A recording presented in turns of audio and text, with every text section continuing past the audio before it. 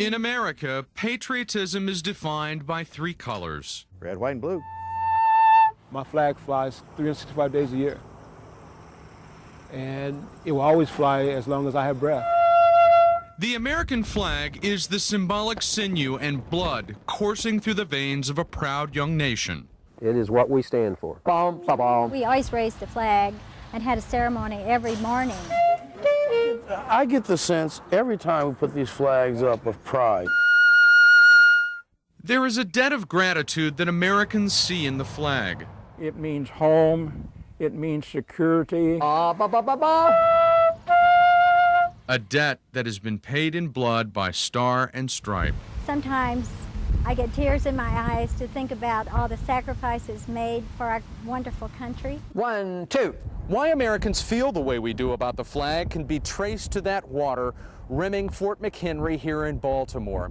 A battle in 1814 would forever change a military symbol into one of national pride. The flag to me. The flag is It's the symbol of America. Ready, now.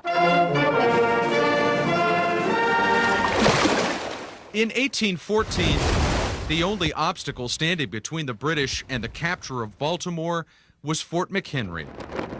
They brought their ships up to the fort. They fired at it for 25 hours. But the commander of the fort, Major George Armistead, refused to haul his flag down and surrender. At dawn, battle smoke still surrounding Francis Scott Key, the Washington lawyer looked up from a ship in the harbor and saw the garrison flag hanging above the fort.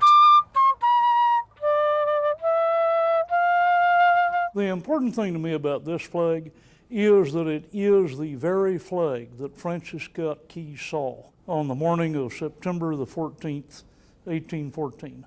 The flag that inspired him to write the poem that became our national anthem.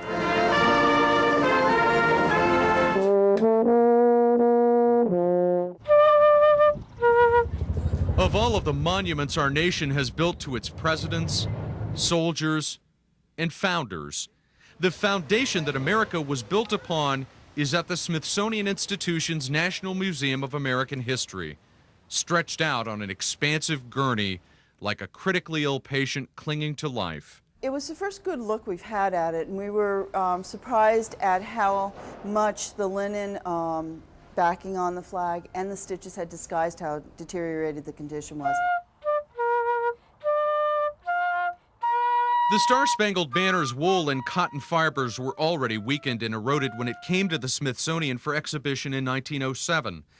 Now, Lafayette, Indiana's Morgan Zinsmeister is one of the 6 conservationists working on the 3-year Star-Spangled Banner preservation project. Oh yeah, it's very intimidating because most of the objects that I've worked on in the past have been single owner items or they've been owned by a family, and you know, this is an object that's owned by 280 million people. The Indiana University graduate is part of the team preserving the flag inside of a climate-controlled Smithsonian laboratory. First, removing nearly 2 million stitches holding its linen backing in place. With museum visitors pressed against protective glass, Zinsmeister and fellow conservators worked tediously on a gantry just inches above the 3-story tall artifact. It took us about 9 months to take the stitches out. It's taken us about 9 months to take off the linen. We estimate it'll be months and months of cleaning process and then months and months more to reback it.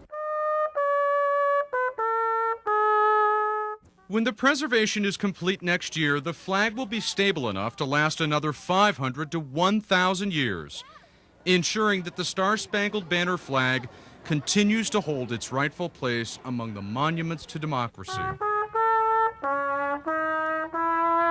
It's 200 years of history right there. It's a very moving experience and a very moving object for a lot of people. It's a special song that's only ours. The anthem inspired by a single principle. Freedom. Freedom. Freedom. Embodies the American dream and the sacrifices laid before it.